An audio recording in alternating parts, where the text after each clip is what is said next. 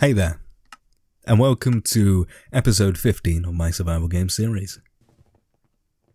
You're watching me play on the map Moonbase 9, or Return to Moonbase 9. The worst map in my opinion. And yeah, it's been 2 weeks.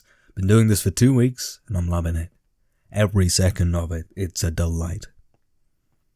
But today I wanted to talk about the books I'm currently reading. Now, I don't read a lot, I've been getting back into it, but it's still worth bringing up the books I am reading and discussing what I like about them. So, from the beginning, I recently finished The Hitchhiker's Guide to the Galaxy by Douglas Adams. It's a great book. I don't think it's considered a classic yet, but eventually it will be. And it's just an excellent sci-fi novel.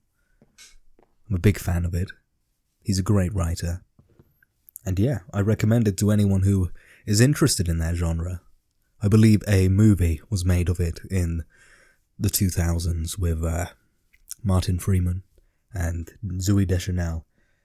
I haven't yet seen it, nor do I feel like I need to, but perhaps I do need a visualization of Marvin, the horrifically depressed robot. Perhaps. Who knows?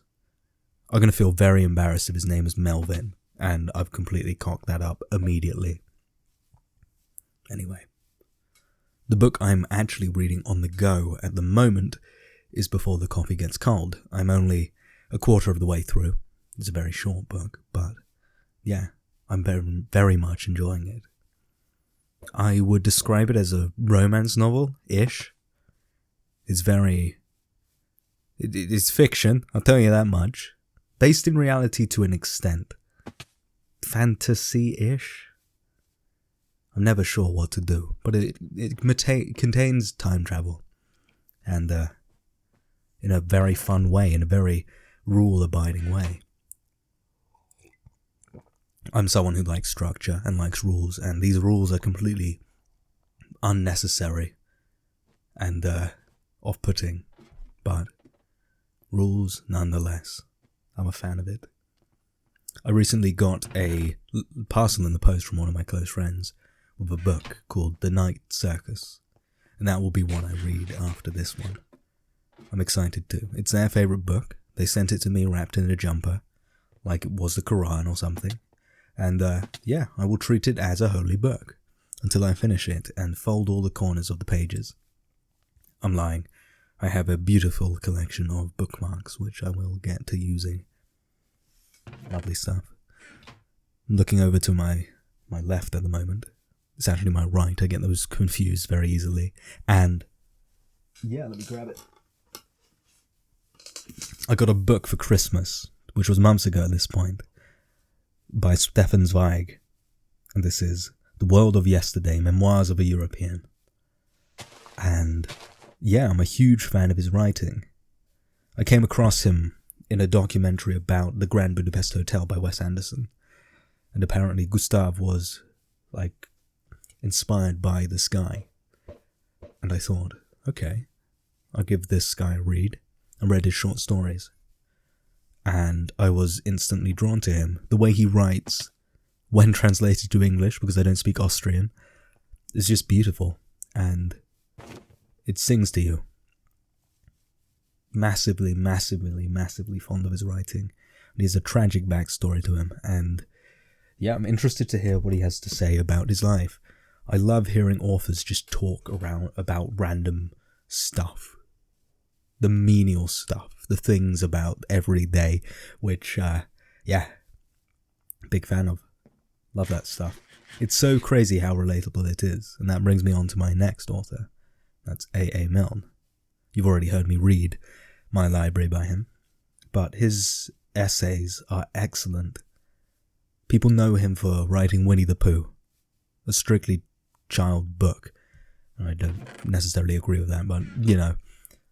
And his writings generally, I came across completely by accident, and they're just 2,000-word essays each, pretty much.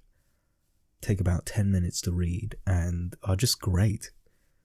They talk about so relevant things, and so menial things, such menial things, and stuff which is pre-World War II, but feels so relatable and so useful to just hear someone yap about, and then you realise it's so relevant. I was talking to my aunt about it over Easter, and she mentioned that if you read a lot of like the old stuff, from like the classics, it's so relevant as well. So I might have to go back and give those a go. Excellent writing. A huge fan. Got no idea how he is as a person, though. He might be terrible. I used to read a lot when I was younger. I used to be a big fan of Enid Blyton and the Cherub book series and all that stuff, and you'd just always catch me reading. And then when I was about 13, I turned to comic books. And I stopped reading hardbacks and moved to them, and I love those. I've got a collection of those I very much enjoy. Graphic novels, I would argue, but beautifully written nonetheless. Beautifully coloured, etc. And then I went for a phase of reading psychology books, thinking I'm some great psychologist, and I'm not. I'm just a wee boy. But the work of like, who am I thinking? The work of Malcolm Gladwell is just perfect. And I would recommend it to anyone who is interested in reading psychology, because he's so easy to listen to. Funnily enough, I came across him through a Mumbo Jumbo video. It was Hermitcraft Series 5, and he got us sponsored by Audible. And started talking about that. And I was massively intrigued. A book I have been listening to on Audible for about 5 months now is The Hobbit by Tolkien. More specifically, the one voiced by Andy Serkis. And I fall asleep to it so easily. I pop it on, and I'm out in about 15 minutes. It's so great. I remember having shifts at 5 o'clock in the morning, having to be up for 5, and being terrified of falling asleep the night before. And I didn't have melatonin at the time. And so I would sit there, and I'd pop this audiobook on, and immediately, the resonance in his voice, the way he just talks, the correct volume I had in my ear, it was great. Hugely fond of it. I'm trying to think of other books I was a fan of. I'm looking through my bookshelf, and I'm remembering Diary of a Wimpy Kid and Captain Underpants, and stuff all along those lines. They were always great. Dav Pilkey was a great inspiration for me. His just doodling and being so open for children to look at his stuff, and I do believe he's the reason me and my closest friend today are so close. We met in college, and we were both doodling.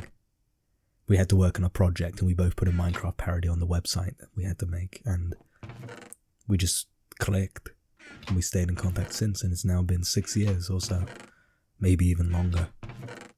And that's crazy. I think about that a lot. How long I've known people, and how lucky I am to have known them. It's strange thinking that 2019 was when I went to university first, and that's almost 5 years ago. I don't necessarily feel old, it's just strange and lucky feeling to have certain people in my life who I am so close to, and yeah. I must let them know.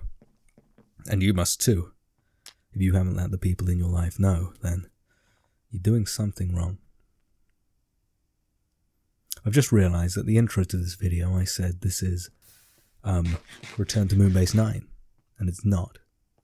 Midway through, I decided I'd make it the longer one, which is Futuristic City. I was a bit concerned that I wouldn't have enough to talk about, but it proved that I did. So this will be Futuristic City. Someone can write that in the comments if they are paying attention. Perhaps as the thumbnail I use both. Who knows? But yeah, Diary of a Wimpy Kid, I had a online conversation with him. The author, Jeff Kinney. By conversation, I mean I tweeted at him and he tweeted back at me. We had a back and forth. And it was great. He's a very tall man, and I'm not. But I still feel immensely lucky to have had that conversation. again, I'm looking at my shelf and I see some mangas there. Toradora and One Punch Man, and I'm thinking, have these affected me in my life? Have these inspired me to want to create those types of drawings? And no, I can't say they have. I've never been hugely into that type of stuff. Forgive me, I'm going to cough. My bad. But yeah, excellent types of comics. Let me no, I'll check at the end. And I think right at the beginning of my childhood, what really got me into books, other than Enid Blyton and those types of books, and old ones my parents would read, was Charles M. Schulz with Snoopy and Peanuts and all that stuff. And then that Watterson guy whose first name has passed me with Calvin and Hobbes. Garfield. Love those. Newspaper comics generally. The idea of being a newspaper comic illustrator was so great for me. I loved the idea of that. I wanted to be a comic book creator. But I knew I didn't have the patience so early on. It would be so good to write and create graphic novels. That was like a goal of mine. But it does take a lot to do just that. Maybe one day I'll go back to it, but for the time being I will sit and I will ignore. But it's crazy, I have so many The Simpson comics, and I had the Beano comics, and I had the Dandy comics, and all those things. They really inspired me to be me. And maybe that's where my need to be funny is. My want to be funny. As I sit here now, I'm thinking to myself, am I being funny? And it's completely not useful. It's completely a useless trait. But I can make do. I can do alright with that. Perhaps it gets in the way at points, but I can be serious, and I think this proves it. The other books on my shelf, which I'm looking at now, are a couple biographies, actually.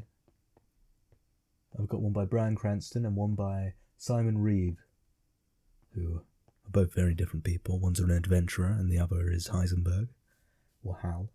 I've got some design books there. The ones I got when I decided, yes, I want to go back to university. A decision which was not made so lightly. If I remember any other books or read some more, I will talk about them in the future, but for the time being, I will let you be. Thank you for letting me talk. You've been great. I hope you have a great one. And please, do as I am. Suck on a mint. And take great care of yourself. You deserve that.